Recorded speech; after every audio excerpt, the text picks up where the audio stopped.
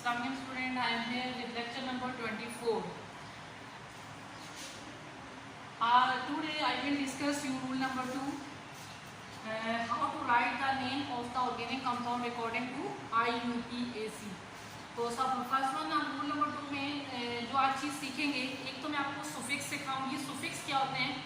जैसे अगर 2 ग्रुप्स हैं उसके लिए हम वर्ड यूज़ करते हैं डाई, अगर 3 ग्रुप हैं उसके लिए ट्राई, अगर 4 ग्रुप हैं उसके लिए टेट्रा, अगर 5 ग्रुप हैं उसके लिए पेंटा। तो ये हमारे पास सुफिक्स हैं जो हम यूज़ करते हैं। ठीक है, तमाम ऑर्गेनिक कंपाउंड में हम यही सुफिक्स यूज़ करेंगे, डाई, ट्राई, टेट्रा, पेंटा। यानी ट्राई का मतलब, डाई का मीन्स 2 ग्रुप्स, ट्राई का मीन्स 3 ग्रुप्स, और टेट्रा का मतलब 4 ग्रुप्स, और पेंटा का मतलब 5 ग्रुप्स लगे हुए हैं। तो उनके राइट नाम हम कैसे लिखेंगे? हम आते हैं अपनी रूल की तरफ। रूल नंबर 2 में हमने कहा कि अगर ऑर्गेनिक कंपाउंड कंटेन करता है डिफरेंट ग्रुप पर, डिफरेंट ब्रांचेस पर, यानी सेम ब्रांचेस नहीं है, डिफरेंट ब्रांचेस, डिफरेंट क्या है? ब्रांचेस है। तो how to write the name? ठीक है, if compound contain different branches, write name of compound according to alphabetical order. यानी अगर हमारे पास डिफरेंट ग्रुप लगे हुए हैं किसी भी ऑर्गेनिक कंपाउंड पर, तो उनके नाम को हम कैसे लिखेंगे? अल्फाबेटिकल ऑर्डर को आप समझते हैं, ABCD, यानी इस ऑर्डर में हमने लिखना है कि हमारे पास M पहले आता है या E पहले आता है। तो जो अल्फाबेटिकल ऑर्डर में हमारे पास पहले आता है उसका नाम पहले लिखेंगे, चाहे सेम कार्बन पर ही मौजूद है या अलग अलग कार्बन पर मौजूद है। उसके बाद जिसका नाम बाद में आता है उसका नाम लिखेंगे। पहला कंपाउंड है, फर्स्ट कंपाउंड को अगर हम देखते हैं तो हमारे पास ये वाला कंपाउंड है। इसमें ब्रांचेस जरा देखिएगा, मैं इसको अंडरलाइन भी करती हूँ। ये 2 डिफरेंट ब्रांचेस हैं, एक C2H5 है, एक CH3 है। तो C2H5 मीन्स कि ये हमारे पास इथाइल ग्रुप है। C2H5 को सारी जिंदगी हमने क्या पढ़ना है? इथाइल। और CH3 कल भी मैं सिखा चुकी हूँ, कल की क्लास में भी इसको क्या पढ़ते हैं? मिथाइल। तो हमारे पास डिफरेंट ग्रुप मौजूद है। अब इसका पहले अल्फाबेटिकल ऑर्डर हमने देखना है। कैसे देखना है? पहले हमने M और E को देखना है। तो पहले हमें राइट किसको करना है? ABCD अल्फाबेटिकल हम पढ़ेंगे तो पहले E आएगा या M आएगा? तो पहले अगर E आएगा तो पहले नाम हम किसका राइट करेंगे? E वाले का, और बाद में M वाले का। अब सेकंड जो है, कल के रूल में मैंने आपको कहा था कि जब हमारे पास ब्रांच इस पर मौजूद हो तो हम जब नंबरिंग करते हैं ऑर्गेनिक कंपाउंड को अकॉर्डिंग टू द ब्रांच करते हैं। जहाँ से ब्रांच हमें नियरेस्ट होगी वहाँ से हम नंबरिंग करेंगे। तो नंबरिंग हम कहाँ से कर रहे हैं कि आपके सामने ही है 1 2, यहाँ सेकेंड पे है 1 2 3, यहाँ 3 पे आ रहा है। तो जहाँ 1 2 लीस्ट नंबर कौन सा है? 2। तो इसका मतलब है हम यहाँ से नंबरिंग करेंगे। तो यहाँ से नंबरिंग करेंगे तो हमारे पास क्या चीज़ बन जाएगी? ठीक है, 1 2 3, 1 2 3, 1 2 3, 3 4 5 6, यानी दोनों तरफ से हम नंबरिंग करते हैं। तो हमारे पास जो ब्रांच है वो हमें कहाँ पर पड़ रही है? कार्बन नंबर 3 पर। तो देखिए 1 2 3 4 5 6, 1 2 3, तो यहाँ पर भी 3 कार्बन। तो इसमें हमारे पास चॉइस है कि हम कहाँ से नंबरिंग कर सकते हैं। अब मैंने दूसरी चीज़ है, फिर रिपीट हो रही है। पहले नाम हमने अल्फाबेटिकल ऑर्डर में लिखना है, तो किसका लिखेंगे? यानी कार्बन नंबर 3 पर हमारे पास कौन सा ग्रुप है? इथाइल। और कार्बन नंबर 4 पर हमारे पास ग्रुप है मिथाइल। तो हम नाम पहले किसका लिखेंगे? इथाइल का या मिथाइल का? तो इथाइल का E पहले आता है। तो हमने क्या लिखा है? हमारे पास जो नाम हम लिख रहे हैं उसका कैसे लिखेंगे? ये चीज़ आपने लाजमी सीखनी है। नाम लिखने में सबसे पहले भी जो बात मैं लिख रही हूँ क्या लिख रही हूँ? 3 इथाइल। क्या बात लिखी है? 3 इथाइल डैश क्या लिखेंगे? 4 मिथाइल। यानी कार्बन नंबर 4 पर मिथाइल ग्रुप लगा हुआ है और कार्बन नंबर 3 पर इथाइल ग्रुप लगा हुआ है। तो मैंने क्या लिखा है? 3 इथाइल 4 मिथाइल। तो हमारे पास सिंपल कितने कार्बन है? 6 कार्बन है लॉन्ग चेन में। तो हम उनका नाम क्या लिखेंगे? हेक्सेन। ठीक है, हमने क्या नाम लिखा है? 3 इथाइल 4 मिथाइल, और सिंपल नाम क्या लिखा है? हेक्सेन। 6 कार्बन है, 1 से लेकर 6 तक आप देख सकते हैं। अब सेकंड पे आए। पहले में तो शायद आपको थोड़ा डिफिकल्ट लग रहा हो, लेकिन थोड़ा गौर से अंडरस्टैंड कीजिएगा। अब सेकंड पे जब हम आते हैं, ये देखें 1 2 3, यहाँ पे भी 3 पर पड़ रही है हमारे पास ब्रांच। 1 2 3, 3 पर, लेकिन 3 कार्बन नंबर 3 पर 2 डिफरेंट ब्रांचेस लगी हुई हैं। कौन सी? एक है CH3 और एक है C2H5। तो दोनों ब्रांचेस को हम कैसे लिखेंगे, तो ये चीज़ हमने यहाँ पर सीखनी है। देखिए 1 2 3 4 5 6। आप कार्बन नंबर 4 पे, अगर मैंने पहले आपको कार्बन नंबर 3 पे 2 डिफरेंट ब्रांचेस का बताया, अब कार्बन नंबर 4 पर भी ब्रांच लगी हुई है। आप जरा गौर कीजिएगा, पहले हमने सिर्फ ब्रांचेस को देखना है। कौन कौन सी ब्रांचेस को देखेंगे कि हमारे पास कार्बन नंबर 3 पर 2 डिफरेंट ब्रांचेस हैं और कार्बन नंबर 4 पर जो अब हमारे पास है ये दोनों सेम ब्रांचेस हैं। ये देखें, मैंने इनको अंडरलाइन भी किया है, क्या है, ये सेम ब्रांचेस है, CH3 है। तो इसका मतलब ये है कि इसलिए सुफिक्स क्या इस्तेमाल होगा, 2 सिमिलर ब्रांचेस के लिए हम सुफिक्स क्या इस्तेमाल करेंगे, डाई।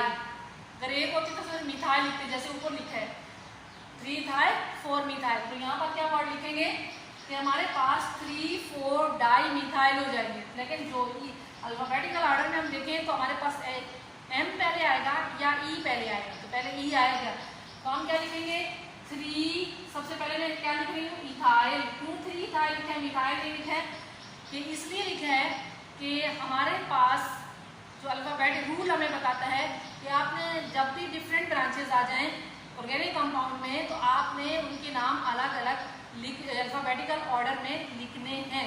तो मैंने क्या लिखा है, 3 इथाइल, तो ई पहले आता था इसलिए मैंने पहले वर्ड लिखा है, उसी तरह लिखा है। और इसी तरह हमारे पास कार्बन नंबर 3 और 4 पर 2 सिमिलर ब्रांचेस है, तो हम क्या लिखेंगे, 3, 4 डाई मिथाइल। ठीक है, 3, 4 डाई मिथाइल। सिंपल कितने कार्बन है, 6 कार्बन है। यूजुअल जैसे मैंने ऊपर लिखा है इसी तरह लिखा है हेक्सेन। सिर्फ कंपाउंड में डिफरेंस क्या आ गया है कि यहाँ हमारे पास, ठीक है, 3 ब्रांचेस हैं, उस कंपाउंड पर हमारे पास 2 ब्रांचेस थी। ठीक है, हम नेक्स्ट पे आप आते हैं, जरा इसको जरा गौर से देखिएगा। देखिए C2H5 C2H5 C2H5 C2H5, यानी हमारे पास जो चारों ग्रुप लगे हुए हैं वो इथाइल ग्रुप लगे हुए हैं। तो हम नंबरिंग लॉन्ग चेन में करनी है, हम दोनों तरीके से करते हैं। देखिए 2 carbon as it is consider करेंगे, 2 कार्बन है, 2 कार्बन 3 और 2 4। तो ये हमारे पास लॉन्ग चेन में 5 कार्बन है। तो यहाँ पर 2 3 और 2 5। तो अगर हम यूं देखते हैं तब भी 5 कार्बन है, अगर आपसे डाउन देखते हैं तब भी 5 कार्बन है। तो हम दोनों तरह से इनकी नंबरिंग कर सकते हैं, आपकी मर्जी है। 1 2 3 4 और 5 कार्बन हमारे पास लॉन्ग चेन में हो गए। अब हमारे पास जो 2 ग्रुप हैं वो कार्बन नंबर 3 पर दोनों साइड पे हैं।